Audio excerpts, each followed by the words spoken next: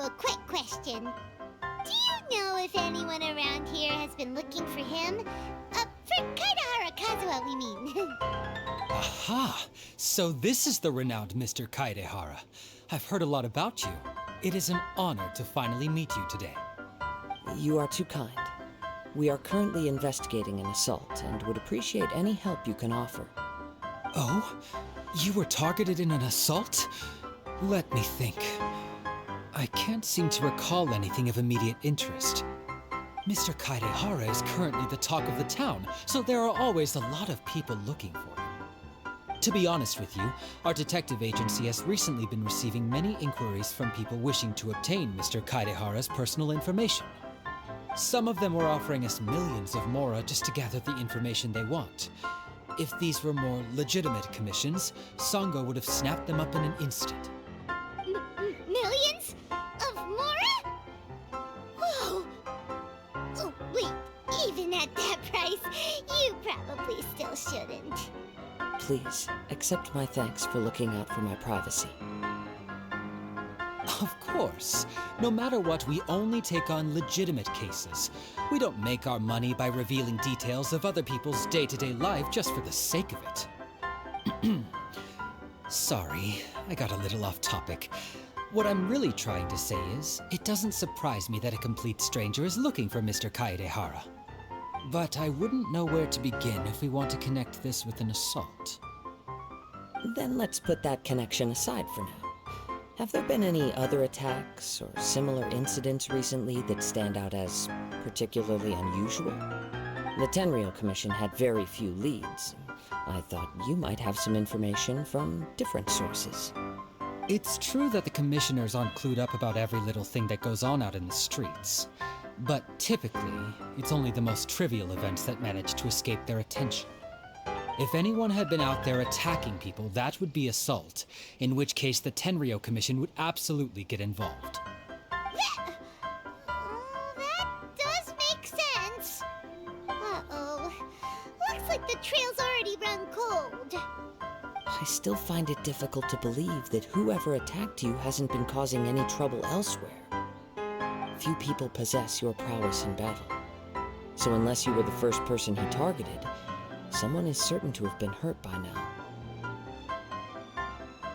I am well aware of your talents. There is no need to be humble around me. In fact, I'm quite relieved that you were the one he targeted. It would cause me great grief to see someone become critically injured or lose their life because of me.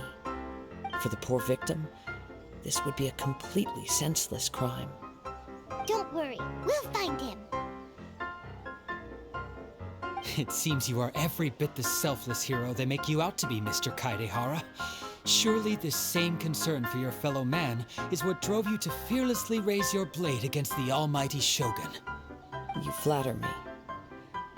Truth be told, I don't know quite what came over me in that moment. You are much too humble.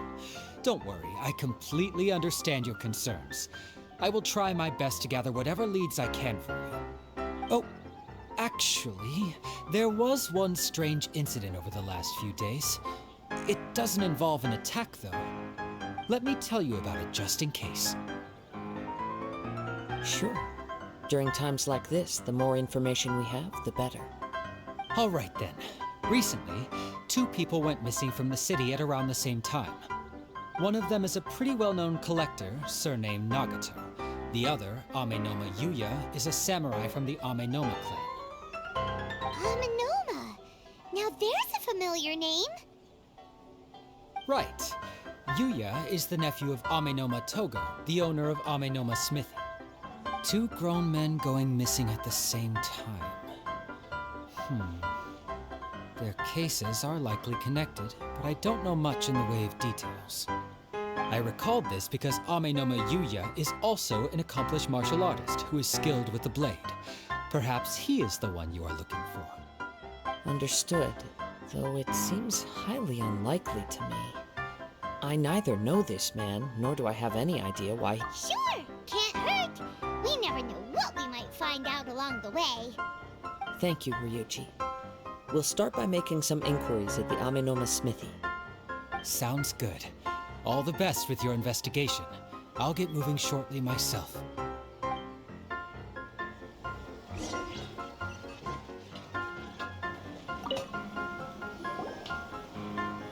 Ah, if it isn't Kaedehara Kazuha.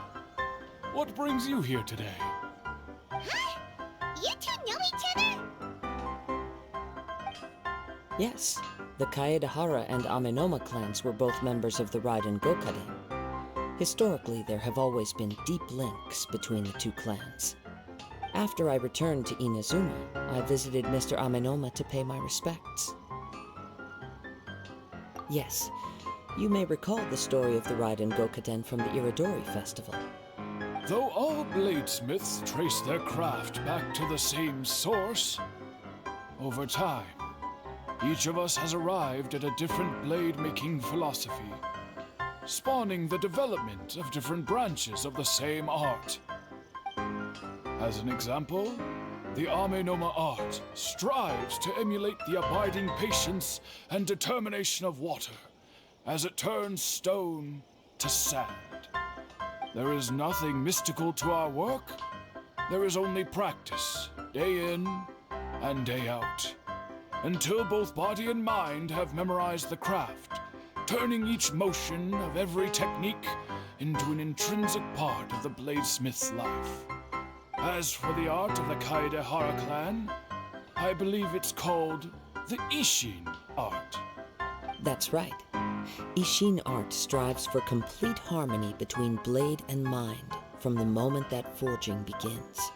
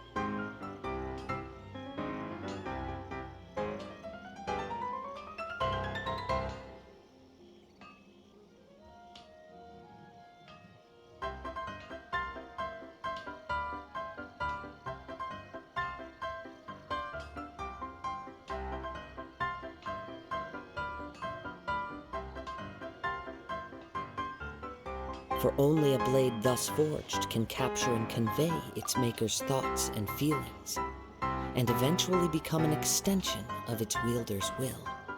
Indeed. Most samurai choose their blades, but an Ishin blade chooses its owner. You are, without a doubt, the most worthy wielder of an Ishin blade. It gladdens my heart to see that although the Kaedehara clan has fallen on hard times, its ideals and virtues are alive and well. You overestimate me. My actions are guided by my own personal sentiments, not by any noble aspirations on behalf of my clan. But let's get back on topic. The purpose of our visit today is to gather some information on your missing nephew. We hope to assist with the investigation. It may turn out that this case is connected to another we are pursuing.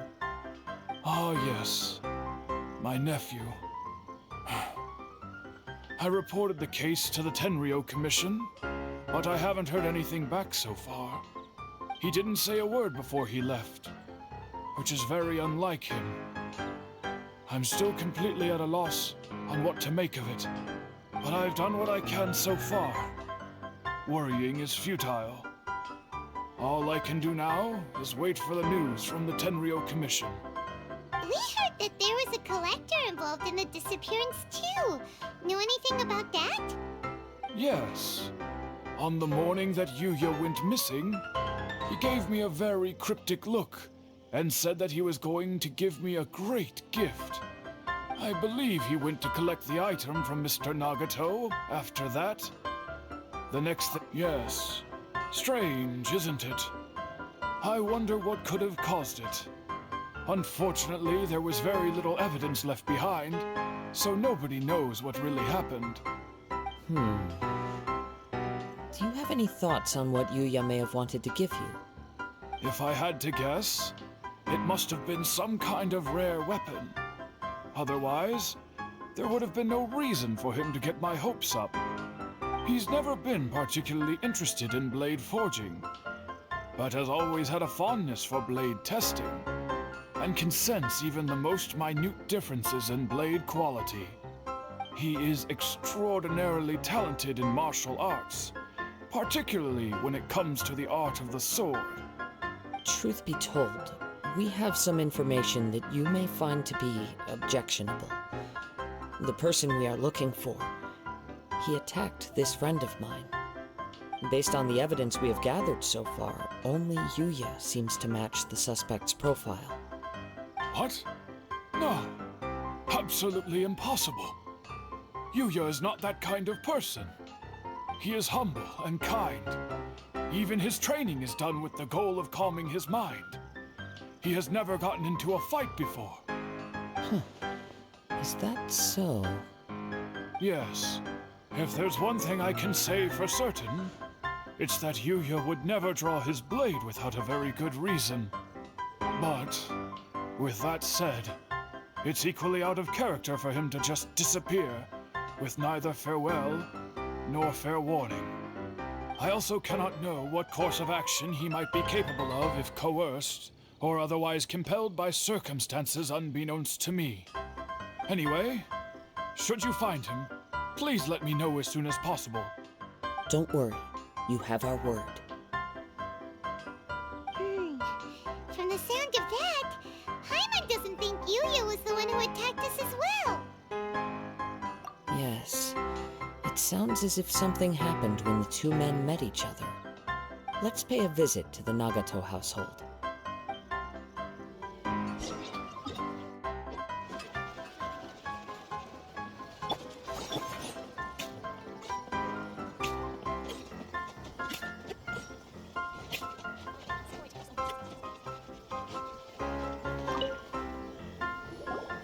I'm very sorry, but we cannot afford to pay what we owe right now. My husband has gone missing, and I'm still trying to find him. No, you misunderstand us. We are here to help with the investigation. We'd like to ask you some questions about Mr. Nagato's disappearance, if we may. Ah, I see. I thought the debt collectors had come to visit again. I'm sorry you have to see me in this dreadful state. Has some new information come out? Do you know where he's gone? I'm afraid we don't have any new information at the moment. We're still trying to find out as much as we can to inform our search. With this in mind, can we perhaps ask some questions about your family's current situation? For example, Paimon's struggling to understand why a collector would be strapped for Mora. That's a long story. Ever since I've known him, he's been an avid collector of all sorts of things. He'd always get so animated when he was showing them to me. I knew nothing about the items myself, but seeing how enthusiastic and excited they made him, I was happy to believe that they were just extremely important to him. Everything was fine when we first got married, but as time went by, things changed for the worse. Uh-oh, what happened? He lost his sense of restraint. He started buying more and more things, and even resorted to borrowing money just so he could pay for them. Our expenses really spiraled out of control when he started getting interested in weapons. It was awful. There were days when he'd spend hours down at the warehouse, admiring his weapons even as debt collectors were descending upon our house. He wouldn't sell them, wouldn't even touch them. Just sat there staring at them like he was in a trance. I'm happy he has a hobby, and I'm willing to support him, but making ends meet has to come first. I've tried talking to him about it so many times, but he never listens. On the last day that I saw him, I gave him an ultimatum. I said, if he refused to sell his collectibles and pay off his debts, I would divorce him and take the children with me. Whoa! And that led to an argument. Actually, it didn't. Generally, he's a quiet man who likes to go with the flow. On most things, he leaves the decision-making to me. You must understand, I never would have dreamed of threatening him with divorce if the debts hadn't pushed our family to the brink. After I said those words, he froze and was silent for a long time. When he finally spoke, he awkwardly mumbled that he would pick out a few items to sell. His voice was so meek and pitiful that I felt an urge to take everything back. But then what? If I didn't draw the line, what would happen to our family? Had I not indulged his bad habits, we wouldn't have found ourselves in such a predicament. And I also don't know if he had actually come to his senses, or if he was simply angry with me. The next thing I heard was that our warehouse had caught fire, and both he and the buyer had gone missing. I see. I understand. Aminoma Yuya came to purchase a weapon from Mr. Nagato. During the sale, a fire broke out at the warehouse, and both men disappeared. At first, I assumed they must have gotten into an argument over the price. But my husband has never been one to negotiate. He never even haggles when he's out buying groceries, so it's hard to imagine him getting into a fierce argument. Maybe he was feeling the pressure from the debts? I don't know. He just disappeared after the warehouse burned down. Perhaps he's too afraid to come home now that all his collectibles have been lost in the fire, and he's got no way to pay off our debts. Even though I'm still a little mad at him, we're a family, and I want us to face our family's crisis together. As long as he's willing to turn over a new leaf, I know we can work things out. Please don't get upset. There could be more to this situation than meets the eye. If collecting things is a habit that Mr. Nagato had his whole life, it is quite unusual for this habit to change so drastically over a short period. But the information we gathered from the other side suggests Aminoma Yuya is also a mild-mannered man who would not be likely to start an argument. This situation is getting a little confusing. A little confusing? More like completely mystifying. Let's try a change of scenery and see if we can piece together what we've learned. Rest assured, we'll notify you if we find anything. Thank you so much. I just want him to come home.